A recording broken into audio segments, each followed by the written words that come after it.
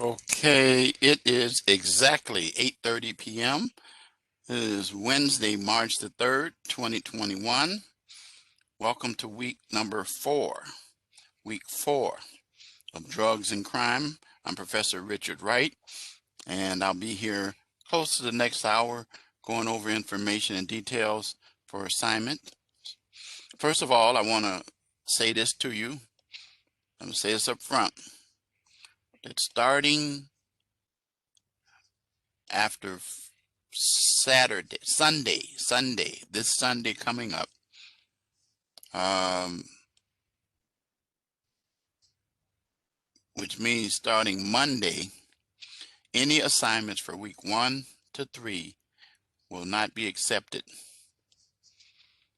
I repeat that now. Now, if you do submit assignments that you've missed from weeks 1 to 3, you will still lose points unless I'm aware of any extenuating circumstances, but I have no one who has reached out to me to give me any extenuating circumstances, so therefore you could lose points for it.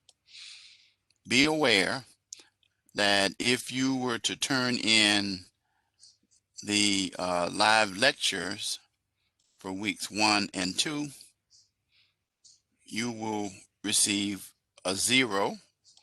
And the reason you'll receive a 0 is because you've maxed out on the number of points. So I think that you get 5 points in this class. I know in one of my classes you get, I think you do get 5 points in this class as well for each of the lecture points. The point of the matter is that if you've done it after 7 days, you're still going to lose all the points. But your written assignments, except discussion posts, which we already know the rule for that. And if not, I'll restate it that after Saturday at 11:59 p.m. Central Standard Time, if you have not submitted your discussion posts and you submit them on Sunday, that following day, no good.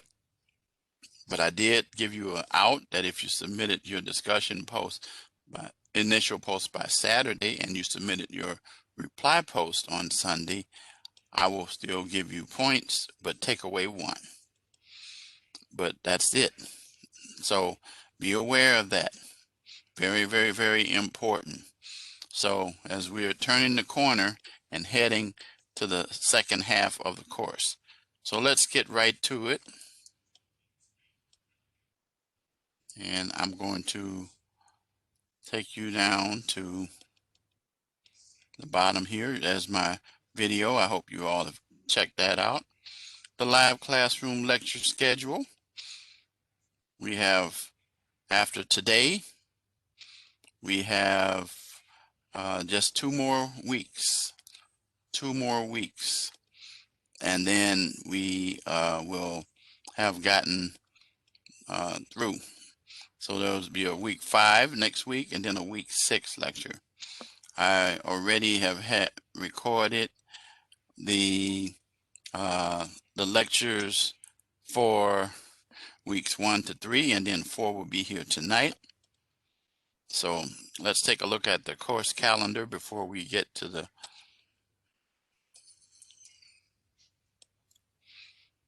okay.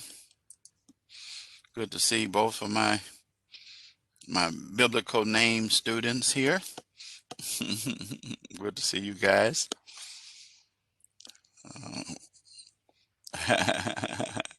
Welcome. Oh, okay. All right. So a lot of people having that. Who's your Wi-Fi carrier that's choppy? What do you have?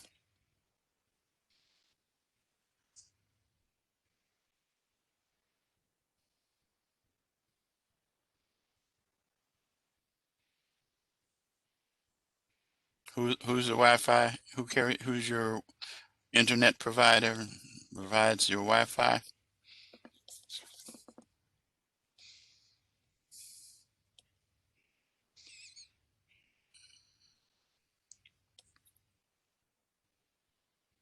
Oh, your work Wi-Fi. Okay. Yeah, work Wi-Fi shouldn't be choppy. But I hear you. I hear you. Well, your live lecture is tonight. Your initial post was due last night on forfeiture. Your reading assignment was given on Monday. And that on Saturday the 6th, your reply post for forfeiture by 11:59 p.m. Central Standard. And then the 7th, your quiz, timed quiz, and then your written assignment, policies to reduce and prevent drug-related crimes. So we're going to talk about that. All right. And so you'll see after that, we start week 5 on the 8th. Notice that the 19th is it. The course ends. Absolutely. All assignments must be in by 11:59 p.m. Central Standard Time. So if you started, for example, the final exam and you haven't completed it by 11:59 p.m., it's going to end up being a 0. That's it. So you want to make sure that you don't wait till the last minute to do that. Okay, so that you've been warned in advance. Course does not end on the 20th or the 21st. All right. So now let's close the course tools down. Let's go back to the course home page.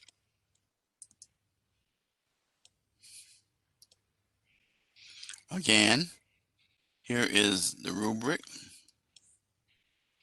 that you can see. And I told you, I said that if you wanted to see the whole thing, you can't do this, but I can. So you see the whole thing there.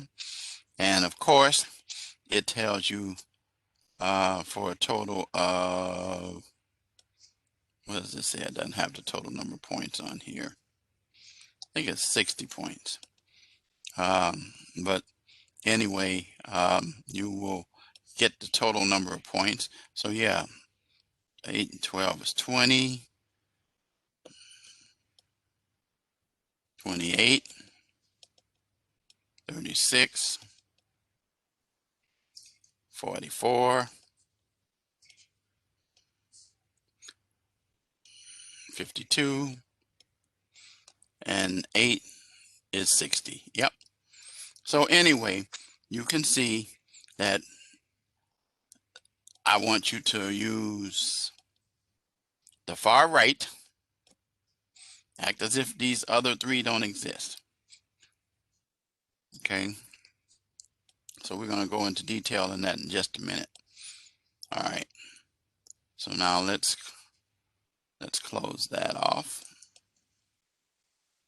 And now let's go to the full week 4 announcement. Again, drug-related criminal activity, law enforcement perspective. And then chapter 6 and 7 of the text, which I sent you the PowerPoints. You should have them and been able to download them and open them up. And then we're going to discuss the activities combating drug trafficking organization, or what we call DTOs, and law enforcement response to the heroin epidemic. I've kind of given you something to use for that. So we'll talk about that. And then your discussion assignment forfeiture, again, repeating. The initial post was due yesterday at 11:59 p.m. Central Standard, and that your reply post is due Saturday the 7th at 11:59 p.m. Central Standard. And then your 2 written assignments policies to reduce and prevent drug-related crime, and then getting the quiz completed by 11:59 p.m. on the 8th, that's Sunday. And then complete the mid-quarter survey. And then you know about my motto. Okay. I do want to let you know that I will have your week 2 grades completed this week. I fell a little behind. Had some things happen here. And then I will be by the weekend, I will have completed your week 3 grades. So you'll have those up to date. But you understand what the requirements are, because each week I spend time letting you know that what the requirements are. And if you really paid attention to what I say in the lectures, you would have a good idea about what your grade will be by what I say in the lectures, which correspond with the rubric itself. And remember that at the bottom of the rubric, you'll see feedback. And I don't mean at the total rubric, but each section of the rubric. And if I don't, and I have a check mark next to it and no comments, then usually that means that you get all those points. So it's pretty straightforward. Most of you guys get it without a problem. So let's look at the assignments. Again, that drug and crime course guide I've talked to you about is there as a valuable tool for you. I hope you're using it. So your discussion post about forfeiture, where, as you know, property can be seized when individuals appear to have assets that were used to commit illegal acts. And in the case of this one, here we're dealing with drugs dealing. And so where a person might have expensive items like our friend Sally, there was a full shoebox full of bags of heroin. Do you think that was for personal use?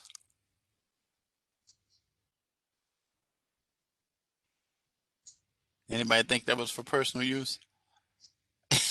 Yeah, right. I don't think so.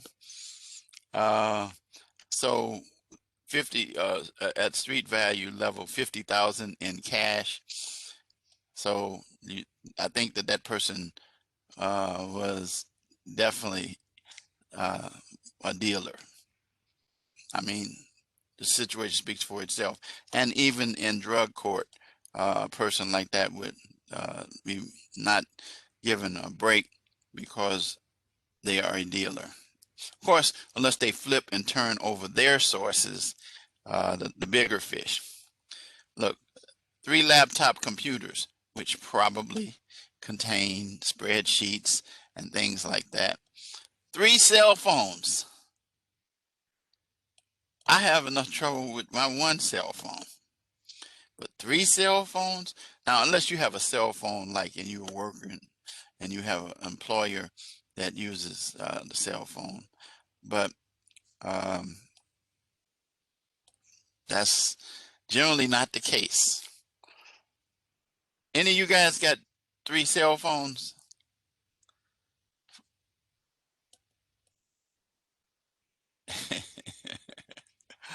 If you had 3, I wouldn't call you a dealer.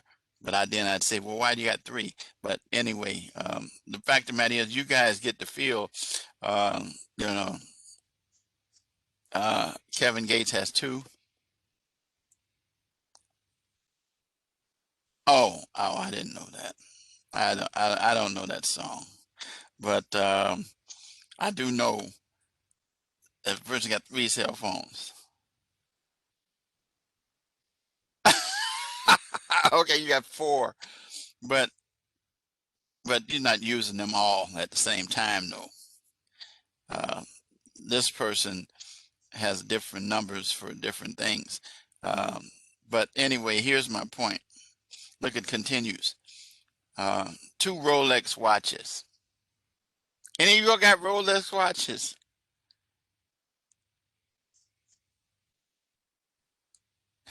I'm messing with you.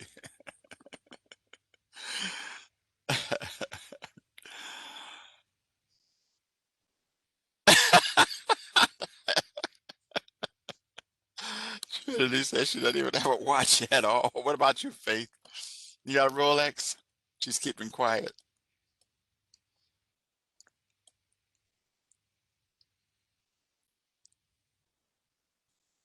A Rolex? You got a Rolex? I know your internet's choppy, but nope. Okay. I've never owned a Rolex, and I make really good money. Really good money. I gotta tell you this real funny story though about a Rolex. You don't have a watch either, huh? Well, a lot of people don't. I have watches, but they don't. I don't. They don't have batteries in them because I use my phone, for my time and everything. But here's what I was getting ready to tell you. This is too funny. This happened in downtown Chicago, and these guys come up and approach you, and they want to sell you stuff, and make you feel like it's hot. In other words, you ever heard the term "it fell off the truck"? Anybody ever heard that term? That it fell off the truck? You ever watch Sopranos? I'm not talking about the singers. Anyway, it's an old term for stuff that had been stolen, and so it's sold as hot, not the temperature of it, but because this is illegal stuff. So anyway, listen. So this guy approaches me and says to me, "Hey man, I got this deal for you." I said, "Yeah, okay, what's up?" Now, I wasn't gonna do it anyway. So I said, "What's up?" He says, "Man, I got this Rolex." He says, "Man, I'll sell it to you real cheap." So I said, "Can I look at it?" So he says, "But yeah, but you can't hold it out because somebody might see it." So I look at it and I said, "Here, man, get out of my face." I said, "Rolex has no D on it." It was a Rolex.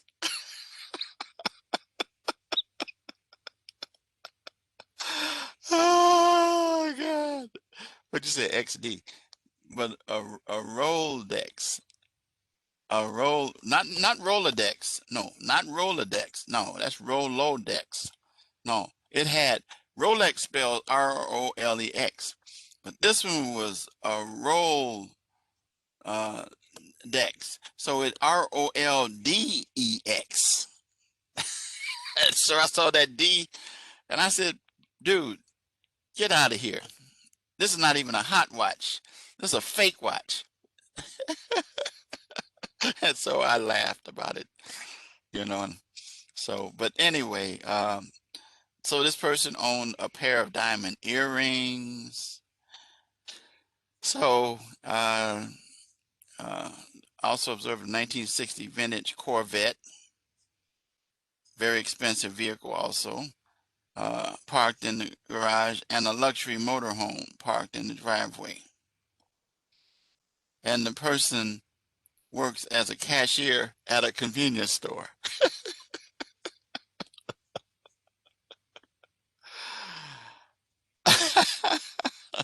They got a nice side gig, don't they? What can I say? And I've had people that actually, when I was a lawyer, that would try to do that. But anyway, the fact of the matter is that she was charged and convicted for possession of heroin with intent to distribute under California law and probably under most jurisdictions. And so the prosecutor wants to uh, take those items um, and connect it with her drug-related activity. So ill-gotten gains, that's what it is. I had a client one time that I knew her since high school, when her and her husband retired from AT&T, At that time, it was called Ameritech, and they were retiring because it was turning into SBC. Southern Bell came to take over the whole thing before it became AT&T, I should say. And so they had their retirement money and they put it in the bank. Well, it turns out they also had a nephew who had he was a rapper, and he had uh, a record company, and he had owned several houses, nice cars, and so forth and so on. And so anyway, the feds said they were going to freeze their accounts. So I represented them and went down and established and proved that they weren't money laundering. But otherwise they would have had and they had a home too. But it wasn't an extraordinary home. So, but anyway, the point of the matter is that when there is a suspicion that you are living above your means, and, you know, like I said, you have a job working at 7-Eleven and you own all of those things that I just named, then probably there's a dead cat on the line, if any of you ever heard that term before. And what it means is something's not right about this whole situation. And so you're going to deal with that. With your first post, identify 2 arguments in support of the forfeiture programs. What are they about? How do they work? Why they work? What are they about? And then identify the property items that you believe could be lawfully forfeited as items associated with, in connection with Mary's. I thought her name was Sally.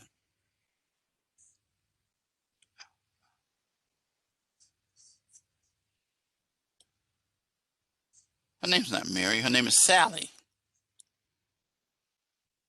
Do you see the name Mary in here in that scenario? I don't. I thought it was Sally. But anyway, the property items you believe could be lawfully forfeited as associated with or obtained in connection with Mary's is actually, I think when they did some changes here, they didn't change some names here. But okay, I know I read this before and I've taught this many times, but I don't think I've ever seen Mary in here. It says Sally. So basically, with Sally's illegal drug activity, what factors to be considered and decided with Sally's drug activities? So, am I missing something, or is there a Mary in here? I don't see it. It said Mary? Where?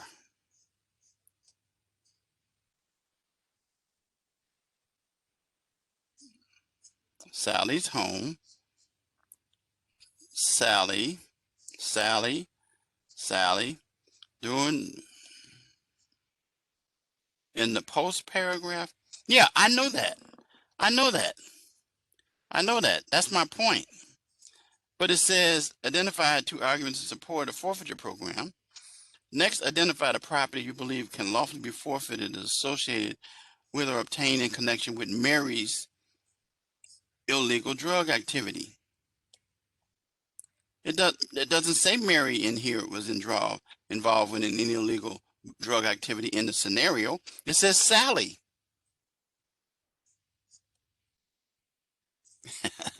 I think that I think they didn't change it. So anyway, with the person mentioned in here, Sally.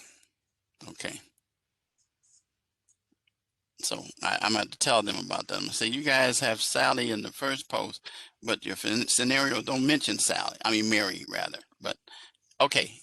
So, anyway, the point of the matter is that you know what I'm talking about here. So be sure that you provide information in your initial post and then your reply post. Okay.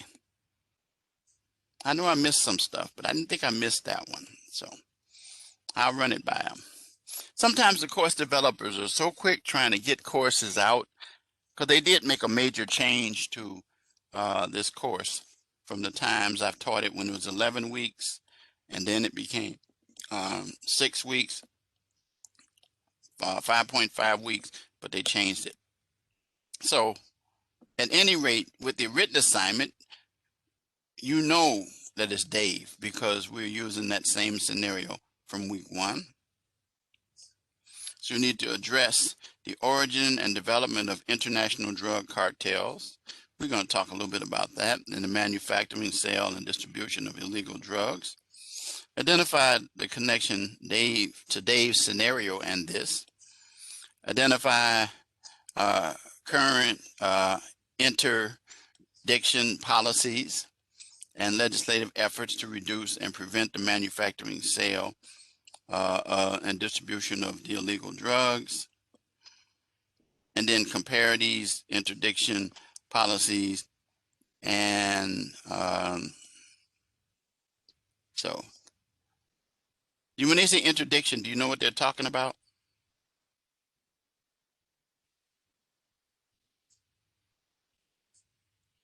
Multiple jurisdictions, like interstate, multiple jurisdictions. That's what it means. So the policies that are dealing with. So if you were to go, for example, if you ever have a question, you can find it in your reading. But if you want to do a quick check, you can just go and see what it says.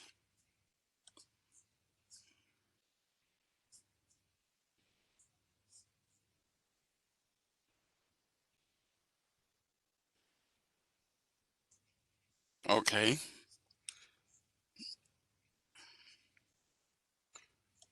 The act of prohibiting or forbidding something, the act of intercepting and preventing the movement of prohibited commodity or person.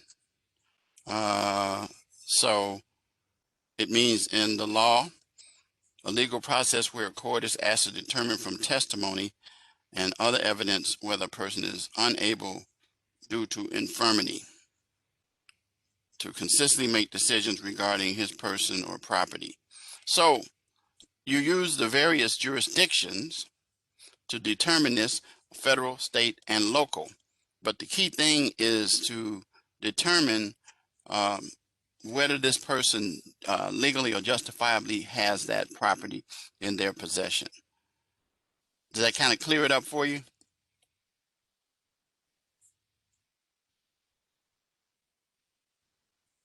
Okay. But when you look at interdiction, you should be aware of the fact that it involves multiple jurisdictional issues, federal, state, and local. Okay. And then provide an example of an interdiction policy or legislative effort dealing with gangs on whatever level, organized crime syndicates. You know of any laws that deal with organized crime syndicates? Anybody ever heard of RICO? RICO?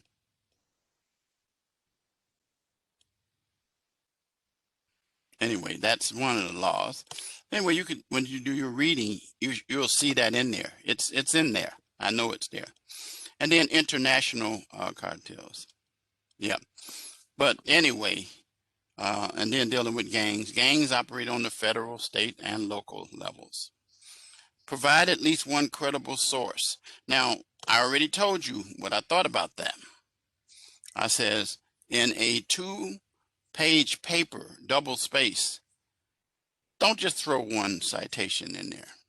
Because remember what I have said over and over and over and over and over and over again. Citations provide support for the statements. And if you remember, very first week, we'd start talking about academic integrity. Cite your sources.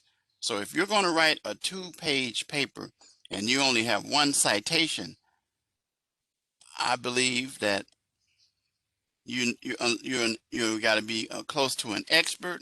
But even then, you'd have to cite something to support your statements. Your statements don't just operate without evidence and information. So it's not a good habit just to satisfied with this. And it won't make me very happy either. And I'll let you know it as well. Okay. Everybody got that?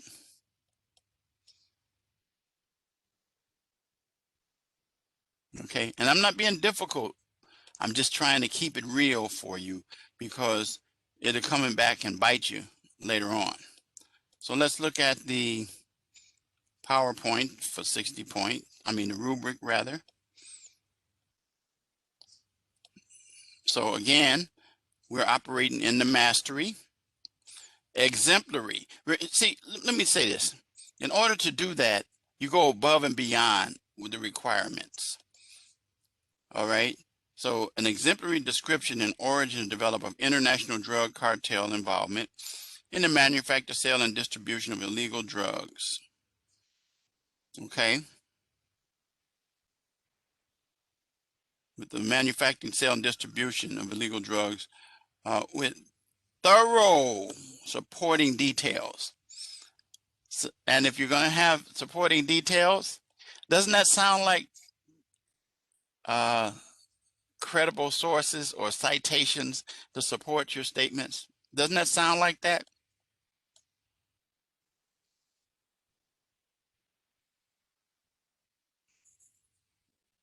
Does it sound like that to you? Because it does to me.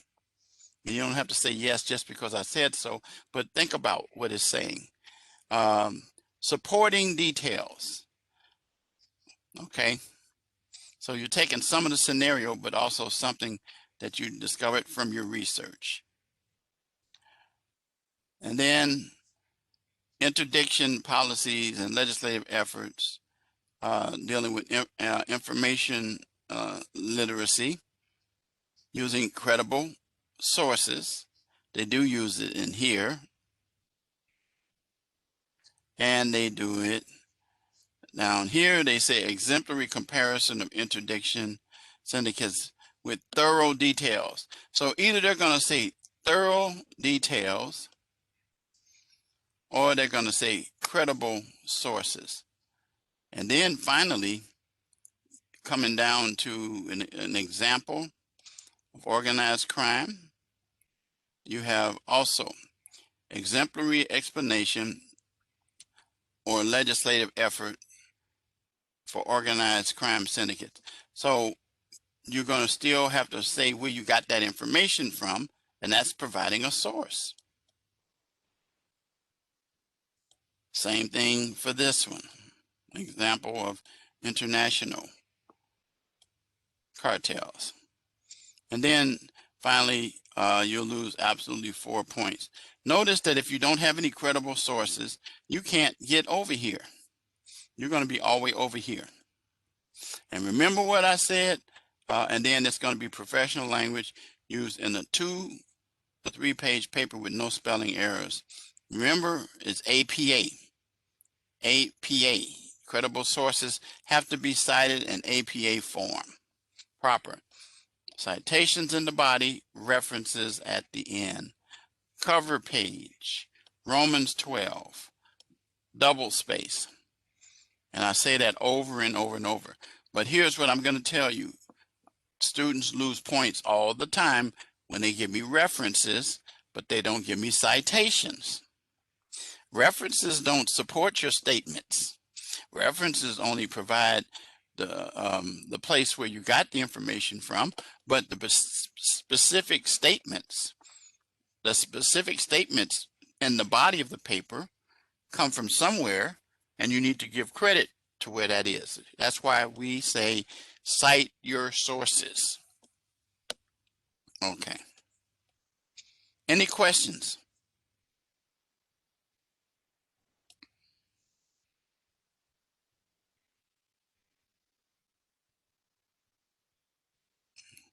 Okay. Any questions?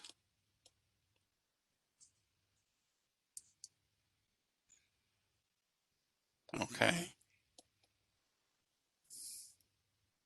Okay, I think Oh, okay. Well, if you have a needy toddler, you don't have to leave the meeting. Just let it keep running. Um, because your mics are muted. So I understand. I understand that totally. All right. So anyway, that's it for that. And then, so your quiz set for 30 minutes. That is why when you take these quizzes, make sure that you don't have any distractions at the time that you take it. And it's set for 30 minutes. I had a student, not in this class, but in the Introduction to Criminal Law class, who told me that he paused the quiz to go and do something, came back, and the time had expired. I said, you can pause the quiz, but not the time that it runs. It keeps running. You can't stop that. And then it says here, so you have one opportunity to complete this quiz. It's not like those of you who just recently in the last 2 quarters took Introduction to Corrections, where you got 3 times to do it. And now in some other classes, but this is one of the classes where you just have one. Okay, and then agree to abide by the academic misconduct policy, where you don't have any sticky notes, you don't have stuff stuck on your wall, on your laptop, your notes, or any of those things. Okay, you just study before and close your books, and then your live classroom lecture. Both of these are due the 8th at 11:59 p.m. Central Standard.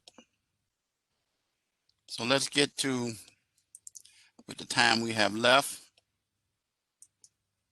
talk about what law enforcement is doing, combating DTOs, and then the response.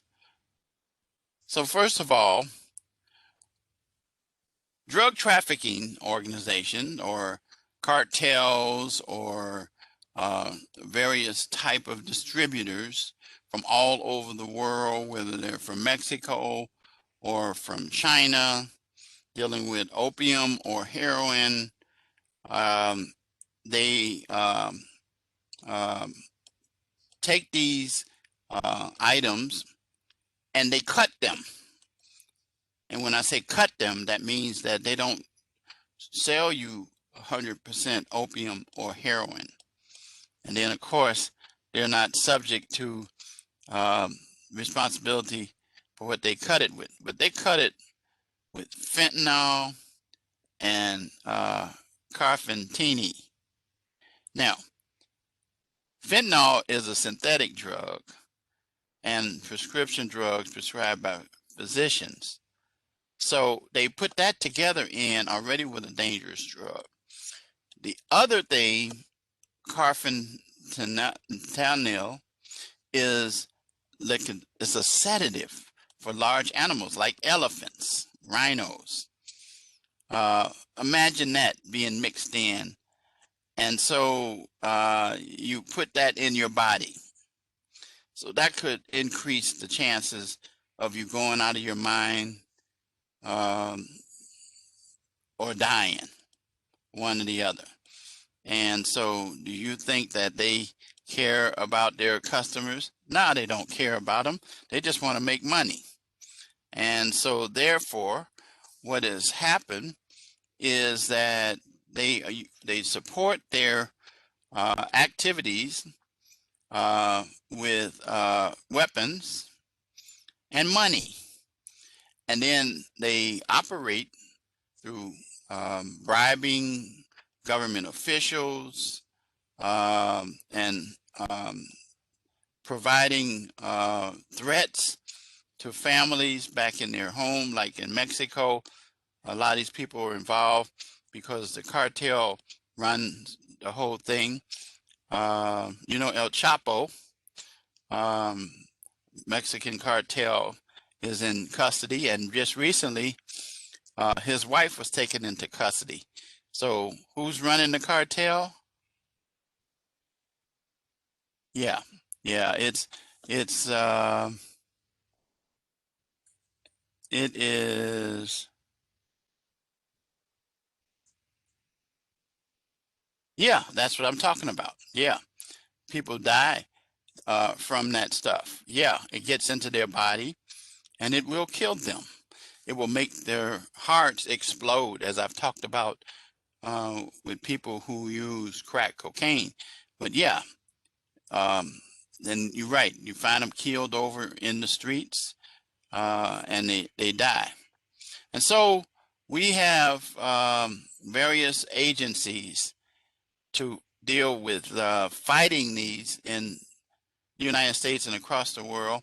The Drug Enforcement Agency, or the DEA, um, along with the Bureau of Alcohol, Tobacco, and Firearms, um, and that's ATF, and they work to seize the weapons which cartels use, as I said earlier, along with the Drug Enforcement Agency, and now we have the Homeland Security, or DHS, to work at the borders, because it says most narcotics flow from Mexico to the U.S., including heroin. Did you not know that the borders that they're talking about are actually the checkpoints? Not so much people coming over the wall, or the wall's not the issue.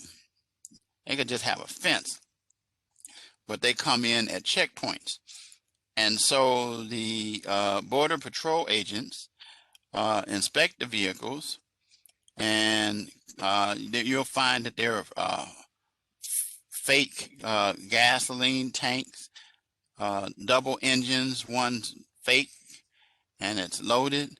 Did you not know also that the upholstery, or the seat covers in vehicles, are also made of drugs? And then also, they don't talk about it in here much, but there are some individual mules, and these are people who will have these narcotics put in balloons, and they will swallow them. And then when they get into the United States, they give them a laxative. Think about it. Sounds gross, but that's true. But a lot of these people die because the balloon will rupture in their system, and then they instantly overdose and die. So working together with those agencies, you have your state um, patrol conducting interdiction efforts to identify drug trafficking and shipments across the interstate system, and working together with local police, what we call the drug enforcement units. They have the local law enforcement, local police departments, and so forth. So collaborating, working together, these federal law enforcement agencies seek to traffic drug, to curb drug trafficking, and work together to deal with enforcement.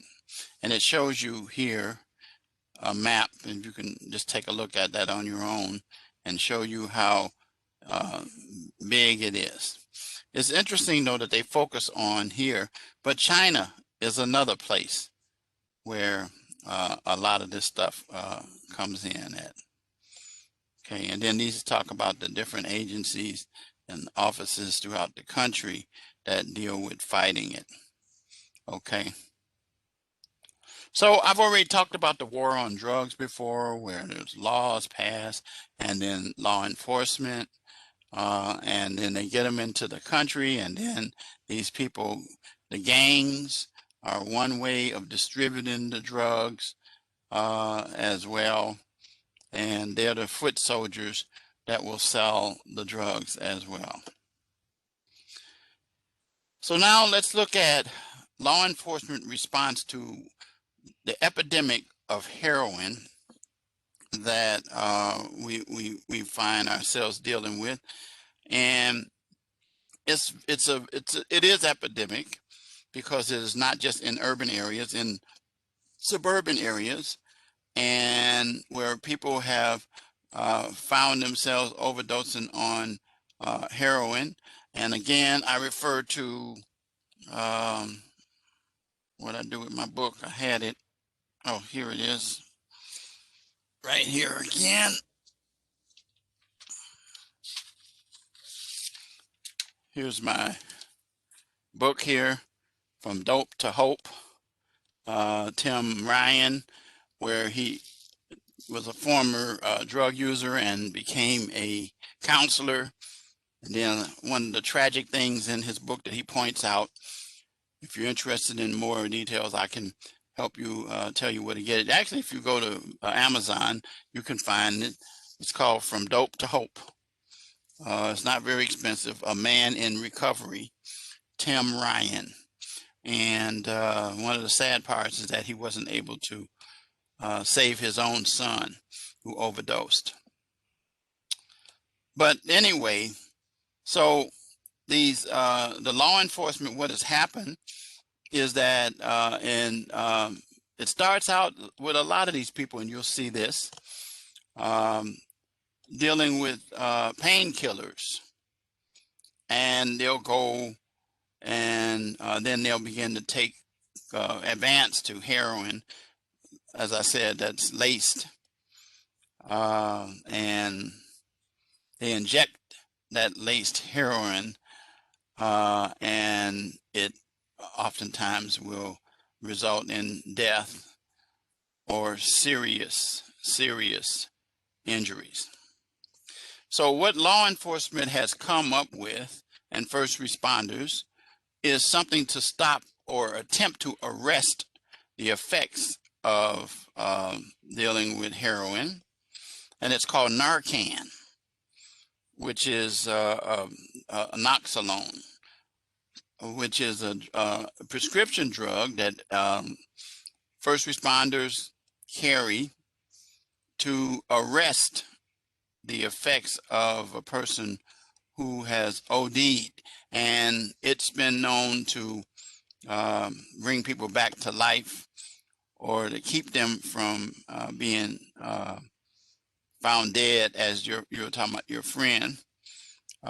So it works on, as it says, overdoses of heroin and prescription painkillers such as oxycodone, hydrocodone, and morphine.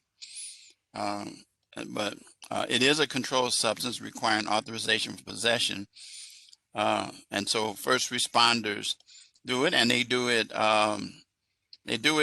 through the nasal, where you can inject it in the nasal, and then also they do it also, I believe, with a needle. But now the nasal form is better than the needle form. And so, you know, there's training that they go through, but it's a very, very, very, very, very expensive thing. And you notice it's pretty recent, 2015. So that was 6 years ago. And so FDA approved it. And so now it's the nasal was approved. Okay, so you can read more about that by checking that out. So yeah, well, yeah, they some of the people in recovery do that, because now what's happening is that they're making it more readily available because of the fact that they have the nasal version of it, so that people can get it into their nostrils real quick. The sad part about it, though, good people, is that there's too many people who they get to them too late. When you see this movie Chasing the Dragon, not the one that I'm going to show you now, this is a short one, a law enforcement perspective. I'm going to have you take a look at this now, but I'm going to take off my headset, and you can take a look at this. It's on YouTube, so anyway, you can go back and look at it yourself. And so I'm going to put the closed caption there. I think the closed caption comes on this one. Yeah, there it is. Not only the crimes investigating, other things too. People I think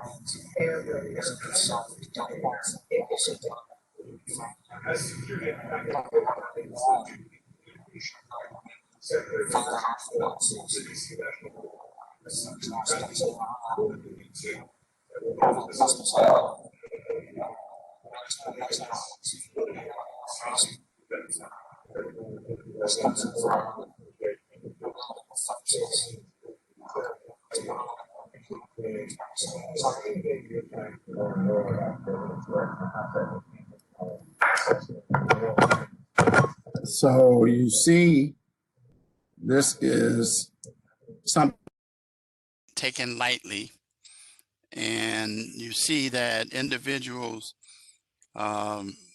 innocently might start by dealing with painkillers in advance, or as these parties happens on college campuses, high schools. It's now happening in grammar schools, and it's very, very serious. As it's called chasing the dragon, because what happens is once you get into this, you want to get higher and higher, and so you increase. You heard what he said about this, the young man who was dealing with oxycodone, those number of doses that he was taking in the day. And then you heard him talking about using impure water, creek water, and stuff like that. You heard him talk about how there were homes that don't even have food in the refrigerator, but they have the stuff for drugs and stuff like that. It's something. And then what happens is that these individuals oftentimes will commit crimes, as I said earlier, to support their habits. I did share with you this piece in front of me. You can see it up close. I emailed it to you, Senate Bill 3023, which deals with deflection, how law enforcement has utilized this as a response to helping individuals by leading them to programs, and there are other type programs. You guys all got this? Did you all get this? Did I email it to you? I told you to download it. You have it?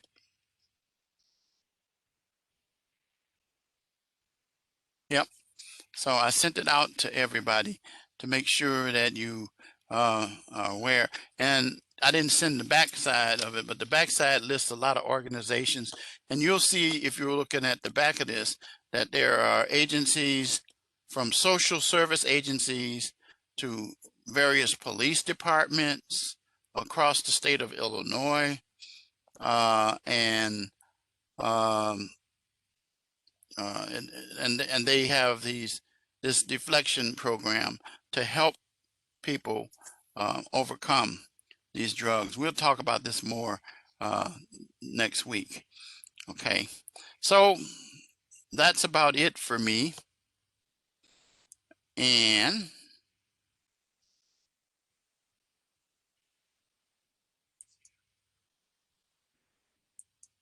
so I'm going to give you a key phrase. Anybody have any suggestions? Type it in the chat.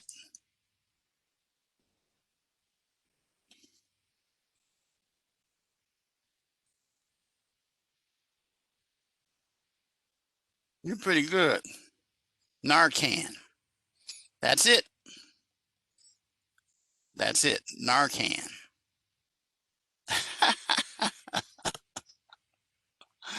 So that's the key word. That is exactly the thing. Do I have it written on my forehead? Let me see. Okay. Are you a mind reader there? I should wash it off. Yeah, it's just dirt. Oh gosh, that's too funny. Well, guys, that's it for me tonight. Again, remember everything that I said tonight about your assignments. Remind you about weeks 1 to 3, your written assignments. If they're not turned in by Sunday, then you won't be able to get them in, but you'll still lose points unless there's extenuating circumstances that I'm aware of. But no one has given me any of those, so I won't have it. So get your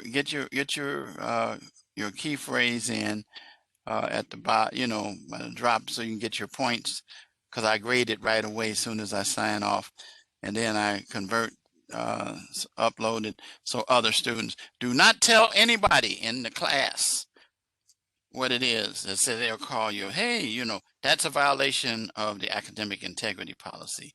So we don't want you to do that, get in trouble. So, all right. Good night, guys. I'll see you next week. It'll be the 10th of March. We'll be near ending. So good night. You guys stay safe. And if you're in Minnesota up there, it's warm. They tell me it's 40-something degrees up there. That's a heat wave. We have that too. So good night.